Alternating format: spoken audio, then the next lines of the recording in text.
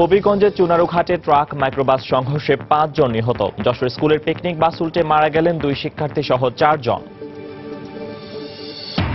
গোপালগঞ্জে জাতীয় রোভার মোটের উদ্বোধন। আগামী দিনে নেতৃত্বের জন্য স্কাউটদের প্রস্তুত হওয়ার আহ্বান প্রধানমন্ত্রীর। রামপালে বিদ্যুৎ কেন্দ্র নির্মাণ বন্ধের দাবিতে চলা হরতালে রাজধানী শাহবাগে পুলিশের কাঁদানে গ্যাস নিক্ষেপ। বিদ্যুৎ কেন্দ্রের পক্ষে বাগেরহাটে সুদীর্ঘ মানববন্ধন। আর মাত্র 6 দিন পর বাঙালির প্রাণের মেলা অমর 21শে গ্রন্থমেলা চলছে প্রস্তুতি, থাকছে পর্যাপ্ত নিরাপত্তা ব্যবস্থা। এবং মেক্সিকো সীমান্তে দেয়াল নির্মাণের নির্বাহী আদেশে সই করলেন ডোনাল্ড ট্রাম্প। হোয়াইট হাউসের সামনে শত শত মানুষের বিক্ষোভ।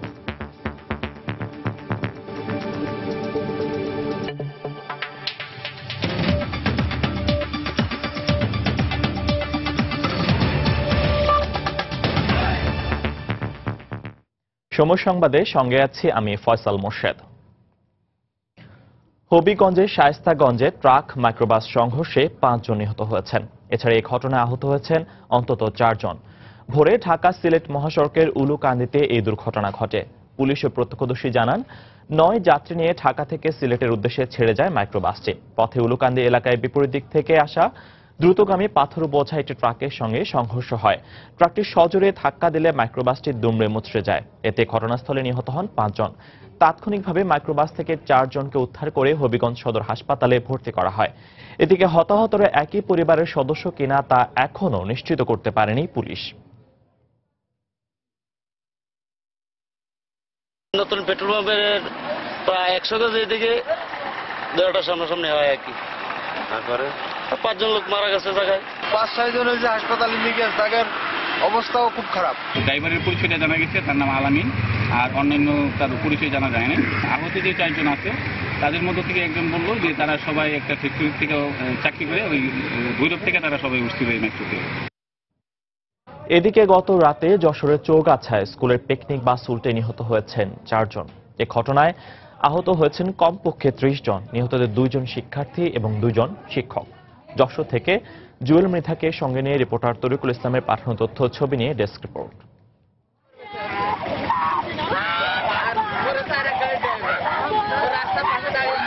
নিহতদের স্বজনদের কান্নায় এভাবেই ভারী হয়ে ওঠে চৌগাছা স্বাস্থ্য কমপ্লেক্সের পরিবেশ। পুলিশ ও বাসের আহত যাত্রীরা জানান, বুধবার রাত 9টার দিকে দিনাজপুরের স্বপ্নপুরীতে বনভোজন করতে 2টি বাসে রওনা হয় উপজেলার রামকৃষ্ণপুর মাধ্যমিক বিদ্যালয়ের শিক্ষক শিক্ষার্থীরা। তাদের বহনকারী গাড়ি দুটি ডানবাক্স এলাকায় পৌঁছলে একটি গাড়ি নিয়ন্ত্রণ হারিয়ে রাস্তার পাশে উল্টে যায়। এতে আহত হয় 34 জন।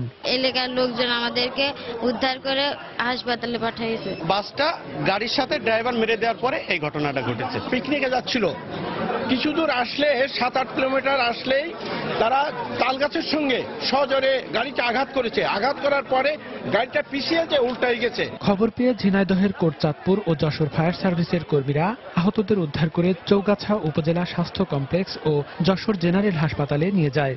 সেখানে কর্তব্যরত চিকিৎসক 4 জনকে মৃত ঘোষণা করেন। স্পটে 2 জন মারা গেছে আর 2 জন পরবর্তীতে মারা গেছে। আর আমরা সংবাদের সাথে সাথে আমরা আসছি।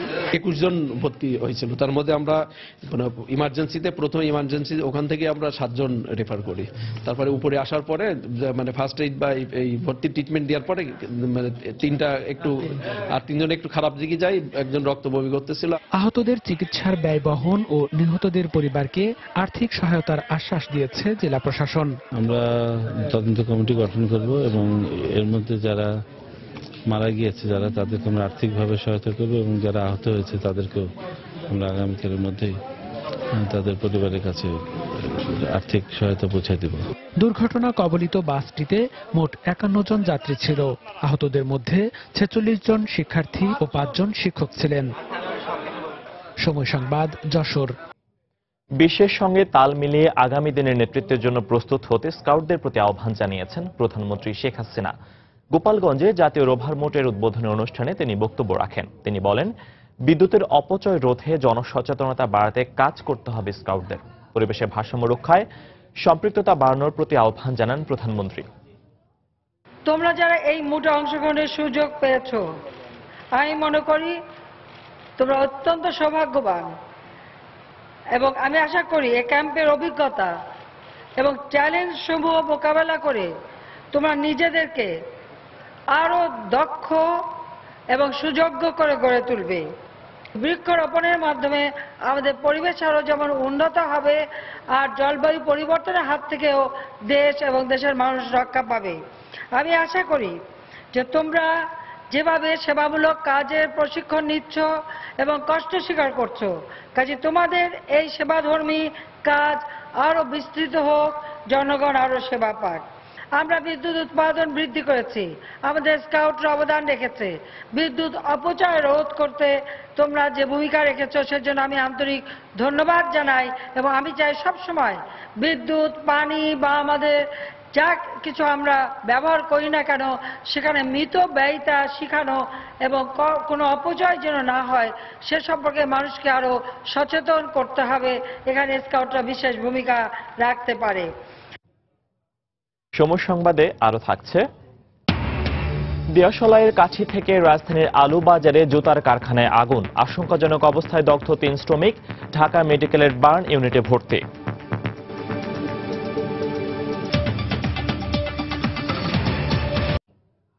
রামপালে কয়লা ভিত্তিক বিদ্যুৎ কেন্দ্র নির্মাণ বন্ধ করে সুন্দরবন রক্ষার দাবিতে রাজধানীতে চলছে আধাবেলা হরতাল। তেল, গ্যাস, খনিজ সম্পদ ও বিদ্যুৎ বন্দর রক্ষা জাতীয় কমিটি এই হরতালের ডাক দেয়। সকালে পুরোনা পল্টন এলাকায় হরতালের সমর্থনে মিছিল বের করে বাংলাদেশ কমিউনিস্ট পার্টি। এছাড়া ওই এলাকা সহ রাজধানীর অন্যান্য এলাকায় অন্যান্য দিনের মতোই যানবাহন চলতে দেখা গেছে। এদিকে শাহবাগ এলাকায় হরতালের সমর্থনকারীরা রাস্তা বন্ধ করে টায়ার জ্বালিয়ে বিক্ষোভ করলে পুলিশ তাদের সরাতে টিয়ার শেল নিক্ষেপ করে।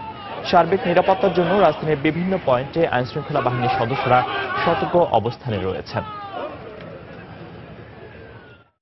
শাহবাগ মোড়ে কাউকে কোনো ধরনের কর্মসূচি করতে আমরা অ্যালাউ করি না। সকালে দেখছিলাম যে কিছু লোক আসছে এখানে চেষ্টা করছিল এই রাস্তাটা বন্ধ করার, যার প্রেক্ষিতে আমরা এখানে তাদেরকে ডিসচার্জ করে দিই। ল এনফোর্সার যারা আছে আপনারা দেখেছেন তাদের উপর ইটপাটকেল মারা হয়েছে। তো যদি পুলিশের উপর ইটপাটকেল মারা হয় সেক্ষেত্রে পুলিশ তার আইনে যা যা করণীয় আছে সেটুকুই করবে। রামপালে কয়লাভিত্তিক বিদ্যুৎ কেন্দ্র নির্মাণ বন্ধ করে সুন্দরবন রক্ষার দাবিতে রাজধানীতে চলছে আধাবেলা হরতাল। দর্শক, এই মুহূর্তে রাজধানীর শাহবাগ এলাকায় রয়েছেন আমাদের সহকর্মী খান মোহাম্মদ রুমেল। সবশেষ খবরাখবর জানতে আমরা সরাসরি যোগ দিচ্ছি তার সঙ্গে। রুমেল। ফয়সাল, সকাল থেকে আপনাকে বলছিলাম যে হরতালের সমর্থনে প্রগতিশীল হরতাল এই শাহবাগ এলাকায় জড়ো হয়েছিলেন। তো সকাল থেকে পুলিশের সঙ্গে তাদের যে সংঘর্ষ সেটি কিন্তু চলছে। আমরা দেখেছি সকাল থেকে এ পর্যন্ত পুলিশের পক্ষ থেকে এই মিছিলকারীদেরকে ছত্রভঙ্গ করে দেওয়ার জন্য বেশ কয়েক দফা টিয়ার সেল নিক্ষেপ করা হয়েছে। এখন থেকে 5-7 মিনিট আগেও এক দফা টিয়ার সেল নিক্ষেপ করা হয়েছে, কিন্তু যখন পুলিশের পক্ষ থেকে টিয়ার সেল ছোড়া হয় তখন হয়তো মিছিলকারীরা বা হরতাল সমর্থনকারীরা কিছু সময়ের জন্য পিছু হটে যান। আবার আমরা দেখছি যে কিছুক্ষণ পর তারা এখানে জড়ো হয়ে তারা হরতালের সমর্থনে মিছিল করেন এবং তারা এগিয়ে এসে শাহবাগের যে প্রধান সড়ক রয়েছে সেটি অবরোধ করার চেষ্টা করেন। তো সকাল থেকে যে এই অবস্থা সেটি কিন্তু থেমে থেমেই চলছে। তো এখন এই মুহূর্তে আপনি দেখছেন যে আর মিছিলকারী বা হরতাল সমর্থক যারা আছেন তাদের পক্ষ থেকেও কিছুক্ষণ পরপরই আমরা দেখি যে পুলিশকে লক্ষ্য করে ইট পাটকেল ছোড়া হয়। তো শাহবাগের এই সড়কে অর্থাৎ জাদুঘরের সামনে থেকে শুরু করে আপনার সেই চারুকলা ইনস্টিটিউট পর্যন্ত এই সড়কগুলো আপনি দেখছেন হয়তোবা যে রাস্তায় ইট পাটকেল পড়ে রয়েছে। তো এই পুলিশকে লক্ষ্য করে মিছিলকারীরা বা হরতাল সমর্থনকারীরা যখন ইট পাটকেল ছুটছেন তখন পুলিশও তাদেরকে ছত্রভঙ্গ করে দেওয়ার জন্য টিয়ার সেল নিক্ষেপ করছে। তো এই মুহূর্তে পুলিশ সদস্যরা পাবলিক লাইব্রেরির সামনে অবস্থান নিয়ে আছেন এবং পুলিশের পক্ষ থেকে জল কামান এখানে মজুত রাখা হয়েছে, এপিসি রয়েছে এবং আর যারা হরতাল সমর্থকরা আছেন তারা এই মুহূর্তে অবস্থান নিয়ে আছেন চারুকলা ইনস্টিটিউটের সামনে। তো পুলিশের পক্ষ থেকে বেশ কয়েক দফায় এখানে জলকামান থেকে পানি ছিটিয়েও তাদেরকে ছত্রভঙ্গ করার চেষ্টা করা হয়েছে। আর এইদিকে যখন এই জাদুঘরের সামনে থেকে চারুকলা পর্যন্ত এই রাস্তায় এই কর্মকাণ্ড সকাল থেকে চলছে, আর অপরদিকে শাহবাগের যে রাস্তাটি রয়েছে শাহবাগের সড়কে কিন্তু যানবাহন চলাচল এখনো পর্যন্ত স্বাভাবিকই রয়েছে। পুলিশ সদস্যরা যেটি বলছেন যে শাহবাগ হচ্ছে ঢাকা শহরের একটি গুরুত্বপূর্ণ মোড়। তো শাহবাগ রাস্তাটিকে তারা কোনোভাবেই অবরোধ করতে দেবেন না, কারণ শাহবাগ রাস্তা যদি বন্ধ হয়ে যায় তাহলে পুরো ঢাকা শহরেই অচল হয়ে পড়বে, এটি হচ্ছে পুলিশের ভাষ্য। তো সেই কারণে পুলিশ সদস্যরা এখানে এই অবস্থান নিয়ে আছেন এবং সকাল থেকে ঊর্ধ্বতন পুলিশ কর্মকর্তারা ঘটনাস্থল পরিদর্শন করেছেন, ঘটনাস্থলে তারা এসেছেন এবং রমনার ডিসি তিনি সকাল থেকেই এখানে এখানে দায়িত্ব পালন করছেন। তো এইরকম অবস্থার মধ্যে হরতালটি চলছে এখনো পর্যন্ত। আপনি জানেন যে আজকে যে আধা বেলা হরতাল, সকাল 6টা থেকে বেলা 2টা পর্যন্ত হরতাল কর্মসূচি ঘোষণা করেছে সেই তেল গ্যাস বিদ্যুৎ বন্দর রক্ষা জাতীয় কমিটি। তো আর মাত্র 2 ঘন্টার সময় বাকি রয়েছে হরতালের। তো এই ছিল শাহবাগ থেকে আমার কাছে সবশেষ খবর। ফয়সাল। দর্শক, রাজধানীর শাহবাগ এলাকা থেকে আমাদের সাথে সরাসরি যোগ দিয়েছিলেন সহকর্মী খান মোহাম্মদ রুমেল, জানাচ্ছিলেন হরতালের সবশেষ পরিস্থিতির খবরাখবর। এদিকে রামপালে বিদ্যুৎ কেন্দ্র স্থাপনের পক্ষে বাগেরহাটে 6 কিলোমিটার এলাকা জুড়ে দীর্ঘ মানববন্ধন করেছে বেশ কয়েকটি সংগঠন। সকালে খুলনা মংলা মহাসড়কের বাবুবাড়ি এলাকায় এই মানববন্ধন করেন তারা। এতে এলাকাবাসীর পাশাপাশি স্থানীয় সংসদ সদস্য তালুকদার আব্দুল খালেক সহ রামপাল উপজেলার জনপ্রতিনিধিরা অংশ নেন। এ সময় দক্ষিণাঞ্চলের উন্নয়নের জন্য রামপাল বিদ্যুৎ কেন্দ্র স্থাপনের জোর দাবি জানানো হয় মানববন্ধন থেকে। আর কয়েকদিন পরই শুরু হচ্ছে বাঙালির প্রাণের মেলা অমর 21শে গ্রন্থ মেলা। তাই প্রস্তুতি চলছে বেশ জোরে সোরেই। মেলাকে আকর্ষণীয় করতে প্রধান গেটগুলোকে বিশেষ গুরুত্ব দিয়ে তৈরি করার কথা জানিয়েছে বাংলা একাডেমি। সেই সাথে এবারই প্রথমবারের মতো 4 দিনব্যাপী আন্তর্জাতিক সাহিত্য সম্মেলন অনুষ্ঠিত হবে।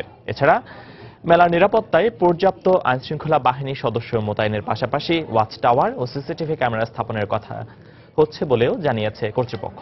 বিস্তারিত ফেরদৌস লিপির রিপোর্টে। বাংলা একাডেমি ও সোহরাওয়ার্দী উদ্যানে করাতে কাঠচেরা শব্দ কিংবা হাতুড়ির ঠোকাঠুকি জানান দিচ্ছে অমর 21শে বইমেলা আর বেশি দূরে নয়। আর কয়েকদিন বাদেই বাঙালির প্রাণের মেলার উদ্বোধন। তাই তো এই 2 প্রাঙ্গণ জুড়ে চলছে অবকাঠামো নির্মাণের কর্মযজ্ঞ। আবেগ, উচ্ছ্বাস আর ভালোবাসার বইমেলা সাজাতে ব্যস্ত মেলা সংশ্লিষ্টরা। প্রতিদিন সকাল থেকে মধ্যরাত পর্যন্ত চলে এই নির্মাণ কাজ করছেন শতাধিক শ্রমিক। 10টা স্টলের কাজ করতেছি, এই পর্যায়ে ভালো মনে করেন কাজ করে দিতেছি, কাজ ভালো হইতেছে। পার্টি বলতেছে যে কাজ আমাকে 2 দিনের ভিতরে ক্লিয়ার করে দেন। রাস্তার সোলিং কাজ করতেছি 20 জনে, 1 তারিখের মধ্যে শেষ হয়ে যাবে। কাঠের ফ্রেমগুলি আর কি মোটামুটি হয়েছে, 3 দিনের ভিতরে আর কি অল কমপ্লিট হয়ে যাবে। এবার প্রায় 400 প্রতিষ্ঠানকে 650 স্টল বরাদ্দ দেওয়া হয়েছে। প্রতিদিনই স্টল বুঝে নিচ্ছেন প্রকাশকরা। মেলায় শৃঙ্খলা বজায় রাখার তাগিদ দিলেন তারা। সবসময় চাই যে মেলাটা একটা সুন্দর গোছানো একটা আয়োজন হোক। তো আমরা মনে করি যে পুরা মেলা জুড়ে একটা নিরাপত্তা বেষ্টনী থাকবে। কাজ চলছে খুব দ্রুত গতিতে, প্রুফ রিডিং চলছে, সম্পাদনা চলছে, বই প্রিন্টিং চলছে, বাইন্ডিং চলছে। মেলার সার্বিক নিরাপত্তায় বিশেষ ব্যবস্থা নেওয়া হয়েছে বলে জানিয়েছেন মেলা কমিটির সদস্য সচিব। ইতিমধ্যে আমরা নিরাপত্তা বাহিনীর বিভিন্ন বাহিনীর সাথে কথা বলেছি, কাজ করছে, তারা কাজ শুরু করেছেন। দেখেছেন ইতিমধ্যে যে টাওয়ারগুলো নির্মাণ স্থাপিত হয়েছে। এবার যেটা হচ্ছে আন্তর্জাতিক সাহিত্য সম্মেলন হচ্ছে, বেশ কয়েকটি দেশের প্রতিনিধিরা আসবেন এবং 4 দিন সেটা চলবে, বিভিন্ন সেশন হবে। আগামী 1 ফেব্রুয়ারি প্রধানমন্ত্রী শেখ হাসিনা আনুষ্ঠানিকভাবে এই বইমেলার উদ্বোধন করবেন। বাঙালির আরেক অস্তিত্বের নাম অমর 21শে বইমেলা। নানা চড়া উচ্চাইয়ের মধ্য দিয়ে এবারও বইমেলার জন্য প্রস্তুতি নিতে শুরু করেছেন লেখক, প্রকাশক ও বই অনুরাগীরা। নানা বাধা বিপত্তি পেরিয়ে প্রাণের এই মেলা নির্বিঘ্ন ও নিরাপদ হবে এমন প্রত্যাশা সবার। ফেরদৌস লিপি, সময় সংবাদ, ঢাকা। সময় সংবাদে আরো থাকছে, 2 দশকেও শেষ হয়নি কাস্টমস হাউসগুলো ডিজিটালাইজেশন। বন্ধ হয়নি অর্থ পাচার, শুল্কায়ন জটিলতায় ব্যবসায়ীরা। কাস্টমস দিবসে দেশের বিভিন্ন স্থানে বর্ণাঢ্য র্যালি। রাজধানীর আলু বাজারে একটি জুতার কারখানায় অগ্নিকাণ্ডের ঘটনায় 3 জন দগ্ধ হয়েছেন। গত রাত 2টার দিকে 4তলা ভবনের নিচতলায় দেশলাইয়ের কাঠি থেকে আগুনের সূত্রপাত হয়। এ সময় কারখানায় ব্যবহৃত জুতার কাঠায় আগুন ধরে মুহূর্তেই দগ্ধ হন 3 জন শ্রমিক। তাদেরকে ঢাকা মেডিকেলের বার্ন ইউনিটে ভর্তি করা হয়েছে। কর্তব্যরত চিকিৎসক জানান, 3 জনের মধ্যে 2 জনের অবস্থা আশঙ্কাজনক। এর মধ্যে একজনের শরীরের শতভাগ ও অপরজনের 42 ভাগ পুড়ে গেছে।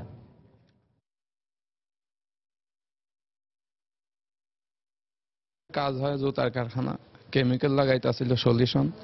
তো কাজের জন্য দূর থেকে ওইলেন মেজ দিয়ে অন্য কাজের জন্য ওইলেন জ্বালানো হয়েছিল মেজ। এই কারণে ওইলেন ওইরা আকর্ষণের টাইনা নিয়ে ওইলেন আগুন ধরে গেছে। সন্ত্রাস এবং জঙ্গিবাদ যেন শিক্ষার্থীদের গ্রাস করতে না পারে সেজন্য অভিভাবক এবং শিক্ষকদের সজাগ থাকার আহ্বান জানিয়েছেন খাদ্যমন্ত্রী অ্যাডভোকেট কামরুল ইসলাম। সকালে কেরানীগঞ্জে আটিফ হাওয়াল উচ্চ মাধ্যমিক বিদ্যালয়ের বার্ষিক ক্রীড়া প্রতিযোগিতায় প্রধান অতিথির বক্তব্যে তিনি একথা বলেন। আরো মুক্তিযুদ্ধের ইতিহাস জানতে হবে, সত্যিকার ইতিহাস তাদের জানতে হবে, তাদেরকে দেশপ্রেমিক হিসাবে তাদেরকে গড়ে তুলতে হবে। আজকে তারা যাতে আজকে বিভ্রান্ত না হয়, তারা যাতে মাদককে না বলে, তারা যাতে সন্ত্রাসের সাথে কোনো সম্পৃক্ত না হয়, জঙ্গিবাদের সাথে কোনো রকম ভাবে জঙ্গিবাদের মরণ সবল তাদেরকে যাতে গ্রাস করতে না পারে, জঙ্গিবাদী তৎপরতা যেভাবে আজকে বিস্তার লাভ করার চেষ্টা করছে, এই আমার কোমলমতি ছাত্রদের ধর্মের অপব্যাখ্যা করে তাদের ভিতরে প্রবেশ করার চেষ্টা করছে, সেখান থেকে তারা যাতে রক্ষা পায়, আমরা সবাই সজাগ থাকব।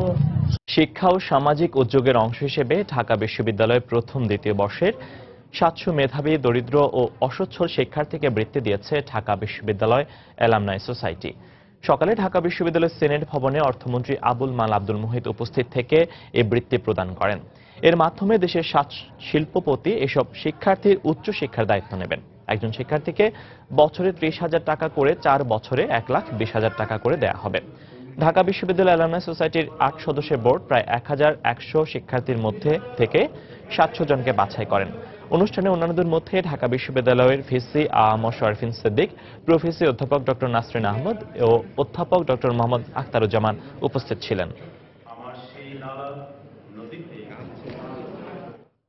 শুল্ক ফাঁকি রোধ ও উন্নত সেবা দিতে এনবিআর দেশের কাস্টমস হাউসগুলোকে ডিজিটাল করার উদ্যোগ নিলেও দীর্ঘ 2 দশকেও তা শেষ হয়নি। এ কারণে আমদানি রপ্তানি বাণিজ্যের আড়ালে অর্থ পাচারও বন্ধ হয়নি। চরম জনবল সংকট এবং পূর্ণাঙ্গ অটোমেশন না হওয়ায় শুল্কায়নে বিলম্ব ও জটিলতার কারণে ব্যবসায়ীরা ক্ষতিগ্রস্ত হচ্ছেন। এনবিআর চেয়ারম্যান বলছেন, নতুন কাস্টমস আইন বাস্তবায়ন হলে সমস্যা থাকবে না। বিস্তারিত জানাচ্ছেন হাজেরা শিউলি। এনবিআর এর মোট রাজস্বের 31% আসে কাস্টমস হাউসগুলো থেকে, অথচ প্রতি বছর বাণিজ্যের পরিমাণ 10 থেকে 12% করে বাড়লেও কাস্টমস হাউসগুলোর সক্ষমতা বাড়েনি সে হারে।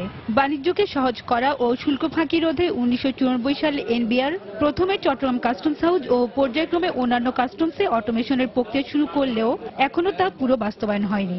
ফলে শুল্কায়নে বিলম্ব ও জটিলতার কারণে একদিকে ব্যবসায়ীরা ক্ষতিগ্রস্ত হচ্ছেন, অন্যদিকে বন্ধ হচ্ছে না বাণিজ্যের আড়ালে অর্থ পাচার। দ্রুত পণ্য খালাস করাটাই হলো যে কাস্টম হাউসগুলোর বড় চ্যালেঞ্জ।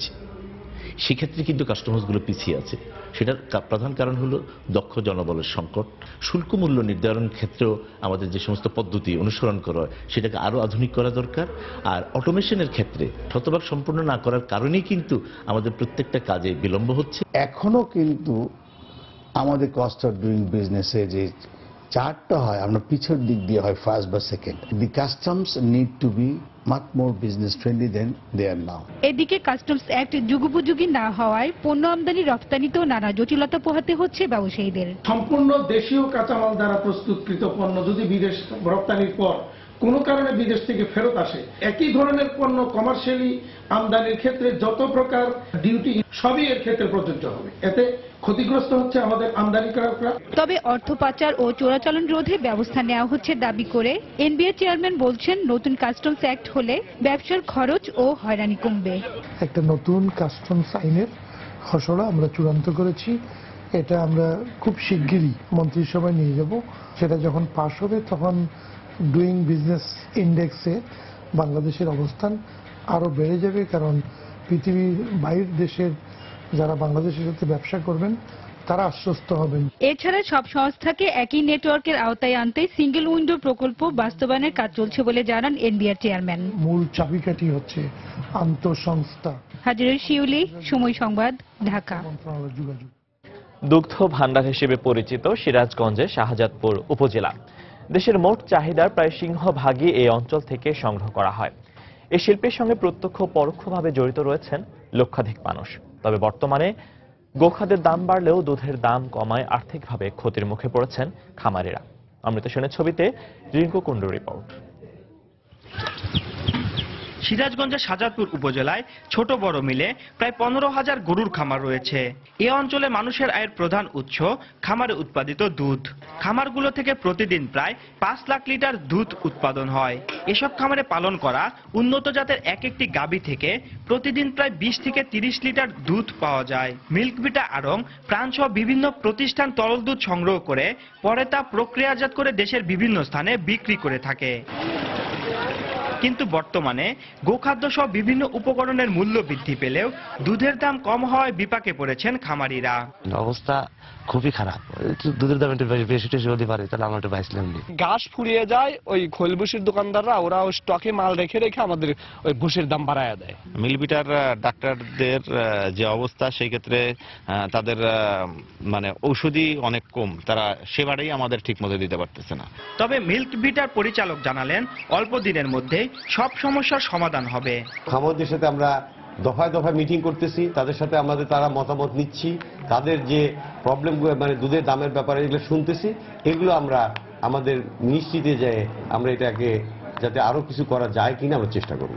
সিরাজগঞ্জের সাজাদপুরে খামারগুলোতে গরু রয়েছে প্রায় 4 লাখ, আর প্রতিদিন মিল্ক বিটার দুধের চাহিদা 2 লাখ লিটার।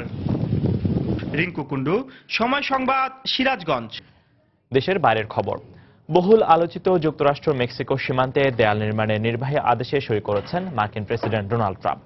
একই সঙ্গে যেসব রাজ্য বা শহর অনিবন্ধিত অভিবাসীদের গ্রেফতার করছে না, তাদের তহবিল কমিয়ে আনার একটি বিলেও স্বাক্ষর করেন ট্রাম্প। এদিকে ট্রাম্পের এসব সিদ্ধান্তের নিন্দা জানিয়ে অভিবাসীদের পাশে থাকার ঘোষণা দিয়েছেন নিউ ইয়র্কের মেয়র বিল ডি ব্লাসিও। নির্বাচনী প্রচারণায় দেয়া প্রতিশ্রুতি অনুযায়ী দেশের অভ্যন্তরীণ নিরাপত্তা নিশ্চিত করতে মেক্সিকো সীমান্তে দেয়াল নির্মাণের নির্বাহী আদেশে বুধবার সই করেন নতুন মার্কিন প্রেসিডেন্ট ডোনাল্ড ট্রাম্প। মেক্সিকো সরকারকেই দেয়াল নির্মাণের শতভাগ অর্থায়ন করতে হবে বলেও জানান তিনি। এই আদেশে সই করার পরপরই অভ্যন্তরীণ নিরাপত্তা বিষয়ক মন্ত্রী জন কেলিকে দ্রুত প্রয়োজনীয় ব্যবস্থা নেওয়ার নির্দেশ দেন তিনি। যুক্তরাষ্ট্রের সঙ্গে 2000 মাইলের মেক্সিকো সীমান্তে দেয়াল নির্মাণ দুই দেশের নিরাপত্তার জন্যই গুরুত্বপূর্ণ বলে মন্তব্য করেন ট্রাম্প। যুক্তরাষ্ট্রের দক্ষিণ সীমান্ত দিয়ে মধ্য আমেরিকা থেকে আসা অভিবাসীদের অনুপ্রবেশের কারণে নিরাপত্তা বিঘ্নিত হচ্ছে। দেয়াল নির্মাণের মাধ্যমে এটি রোধ করতে পারলে তা যুক্তরাষ্ট্র ও মেক্সিকো দুই দেশের জন্যই ভালো হবে। আশা করি এই পদক্ষেপের কার্যকারিতা আজ থেকেই শুরু হবে। সীমান্ত ছাড়া কোনো জাতির স্বাতন্ত্র্য রক্ষা হয় না। ট্রাম্পের এই সিদ্ধান্তের সমালোচনা করে মেক্সিকোর প্রেসিডেন্ট পেনা নিয়েতো কোন রকম অর্থ দিতে অস্বীকৃতি জানিয়েছেন। একই দিন অবৈধ ও অনিবন্ধিত অভিবাসীদের বিরুদ্ধে ব্যবস্থা না নেওয়া রাজ্য ও শহরগুলোতে কেন্দ্রীয় তহবিল কমিয়ে আনা ও ব্যবস্থা নেওয়ার নির্বাহী আদেশেও সই করেছেন প্রেসিডেন্ট ট্রাম্প। হোয়াইট হাউসের মুখপাত্র শন স্পাইসার সংবাদ সম্মেলনে জানান, অবৈধ অভিবাসীদের জন্য মার্কিনীদের ভর্তুকি বন্ধ করতেই প্রেসিডেন্ট ট্রাম্প এই উদ্যোগ নিয়েছেন। ট্রাম্পের অভিবাসন বিরোধী এই আদেশের পরপরই new York, Chicago, Los Angeles শহরের মেয়রেরা ক্ষুব্ধ প্রতিক্রিয়া ব্যক্ত করেছেন। নিউ ইয়র্কের মেয়র বিল ডি ব্লাসিও অভিবাসীদের পক্ষে থাকার পাশাপাশি তাদের জন্য কেন্দ্রীয় সরকারের সঙ্গে লড়াই চালিয়ে যাওয়ার ঘোষণা দেন। প্রেসিডেন্ট ট্রাম্প জননিরাপত্তার কথা বলে অনিবন্ধিত অভিবাসীদের ব্যাপারে যে সিদ্ধান্ত নিয়েছেন তা নিউ ইয়র্কের পুলিশ ও কমিউনিটির মধ্যে দূরত্ব আরো বাড়িয়ে দেবে। নিউ ইয়র্ক থেকে কাউকে বহিষ্কার করা হবে না। আমরা সবার নিরাপত্তার পূর্ণ নিশ্চয়তা দিচ্ছি। একই দিনে ট্রাম্প ল্যাটিনো ও অন্যান্য অভিবাসীদের বিরুদ্ধে বিতর্কিত দুটি আদেশে সই করার পরপরই হোয়াইট হাউসের সামনে বিক্ষোভ করেছে শত শত মানুষ। ট্রাম্পকে বর্ণবাদী উল্লেখ করে এসব নীতির কারণে যুক্তরাষ্ট্রের বহুত্ববাদ হুমকিতে পড়বে বলে অভিযোগ করেন বিক্ষোভকারীরা। এদিকে শিগগিরই ট্রাম্প সিরিয়া, ইয়েমেন, ইরাক সহ মধ্যপ্রাচ্য ও আফ্রিকার কয়েকটি দেশের নাগরিকদের যুক্তরাষ্ট্রে প্রবেশে কড়াকড়ি আরোপ করতে যাচ্ছেন বলে জানিয়েছে গণমাধ্যম। দেলোয়ার হোসেন, সময় সংবাদ। অধিকৃত পশ্চিম তীরে ইসরায়েলি সেনার গুলিতে এক ফিলিস্তিনি নিহত হয়েছেন। বুধবার রামাল্লার কাছে আদামে ওই ফিলিস্তিনিকে হত্যা করা হয় বলে জানায় সংবাদ মাধ্যম। ইসরায়েলি সেনাদের দাবি, ওই ফিলিস্তিনি তরুণ সজোরে গাড়ি চালিয়ে এসে ইসরায়েলিদের উপর চড়াও হন। এ সময় তাকে লক্ষ্য করে গুলি ছোড়ে ইসরায়েলি সেনারা। এতে ঘটনাস্থলে তার মৃত্যু হয়। তবে এই ঘটনায় কোনো ইসরায়েলি হতাহতের ঘটনা ঘটেনি। 2015 সালের অক্টোবর থেকে এ পর্যন্ত ইসরায়েলি সেনাদের গুলিতে 270 জনের বেশি ফিলিস্তিনি নিহত হয়েছেন। খেলার খবর। নিউজিল্যান্ড সফর শেষে গত রাতে দেশে ফিরেছে বাংলাদেশ ক্রিকেট দল। সিঙ্গাপুর এয়ারলাইন্সের একটি ফ্লাইটে রাত 11টায় হযরত শাহজালাল আন্তর্জাতিক বিমানবন্দরে পৌঁছান ক্রিকেটাররা। বিপিএল এর পরপরই কন্ডিশনিং ক্যাম্প করতে অস্ট্রেলিয়ায় যায় বাংলাদেশ ক্রিকেট দল। সেখান থেকে 2টি টেস্ট এবং 3টি করে ওয়ানডে এবং টি-20 খেলতে নিউজিল্যান্ডে যায় সাকিব তামিমরা। সফরে বেশ কিছু ম্যাচে জয়ের সম্ভাবনা জাগালেও ব্যর্থতা নিয়ে দেশে ফিরতে হয়েছে ক্রিকেটারদের। তবে সাকিব মুশফিকের ব্যাটিং নৈপুণ্য সহ ব্যক্তিগত কিছু পারফরম্যান্স ছিল চোখে পড়ার মতো। চোটের কারণে আগে দেশে ফিরেছেন মুশফিক ও মুমিনুল। আর টেস্ট দলে থাকা বাকি সদস্যরা ফিরলেন বুধবার। কদিনের বিশ্রাম শেষে ভারতের বিপক্ষে একমাত্র টেস্টের জন্য ফেব্রুয়ারির প্রথম সপ্তাহে শুরু হবে টাইগারদের অনুশীলন ক্যাম্প। 9 ফেব্রুয়ারি হায়দ্রাবাদে হবে ভারত বাংলাদেশের একমাত্র টেস্ট। নিউজিল্যান্ডের বিপক্ষে সিরিজে করা ভুল থেকে শিক্ষা নিয়ে ভারত ও শ্রীলঙ্কায় ভালো কিছু করার লক্ষ্য বাংলাদেশের।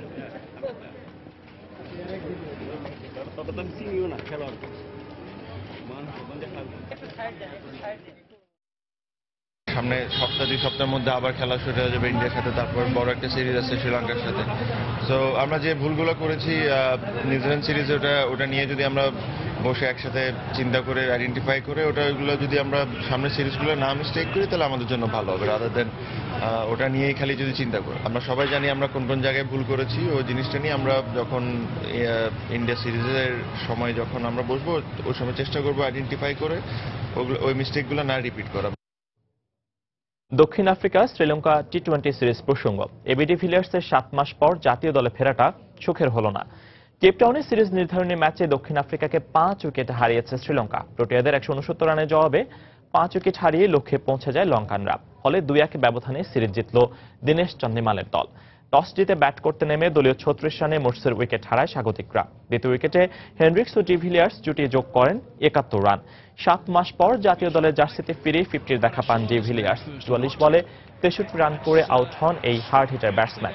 মিলার বেহারদিয়েনার দ্রুত ফিরে গেলেও শেষ দিকে মোশেলার ঝড়ো গতির 32 রানের ইনিংসে 169 রানের সংগ্রহ পায় দক্ষিণ আফ্রিকা। জবাবে দলীয় 36 রানে থারাঙ্গার উইকেট হারায় শ্রীলঙ্কা। চান্দিমালও দ্রুতই ফিরে যান, তবে জিকোয়েলার ব্যাটে এগিয়ে যেতে থাকে লঙ্কানরা। ক্যারিয়ারে প্রথম 50 তুলে নিয়ে তিনি আউট হন 68 রানে। শেষ দিকে সেকুগে প্রসন্নার অপরাজিত 37 রানে 5 উইকেট হাতে রেখেই সিরিজ জয় নিশ্চিত করে সফরকারীরা। শনিবার পোর্ট এলিজাবেথে 5 ম্যাচ সিরিজের প্রথম ওয়ানডেতে মুখোমুখি হবে দুদল।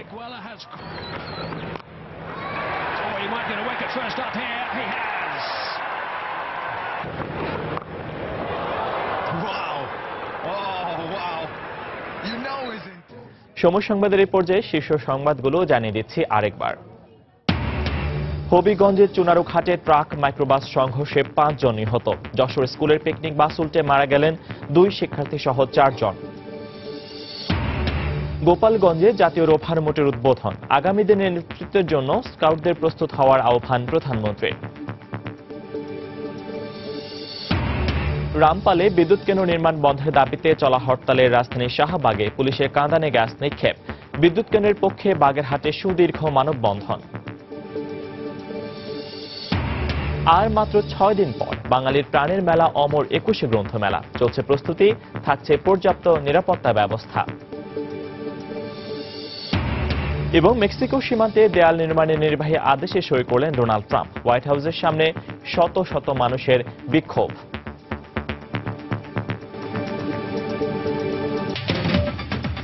এই ছিল এখনকার মতো। যে কোনো খবর পেতে ভিজিট করুন সময়নিউজ.tv। যে কোনো বাংলা লিংক ও রবি নম্বর থেকে সময় সংবাদের খবর, অনুষ্ঠান সম্পর্কে জানতে এবং যে কোনো তথ্য সময় সংবাদকে জানাতে ডায়াল করুন 1624 নম্বরে। এছাড়া এইমাত্র পাওয়া খবর আপনার মোবাইলে পেতে SMS করুন *PN লিখে পাঠিয়ে দিন 1624 নম্বরে। আর সঙ্গে থাকুন সময়।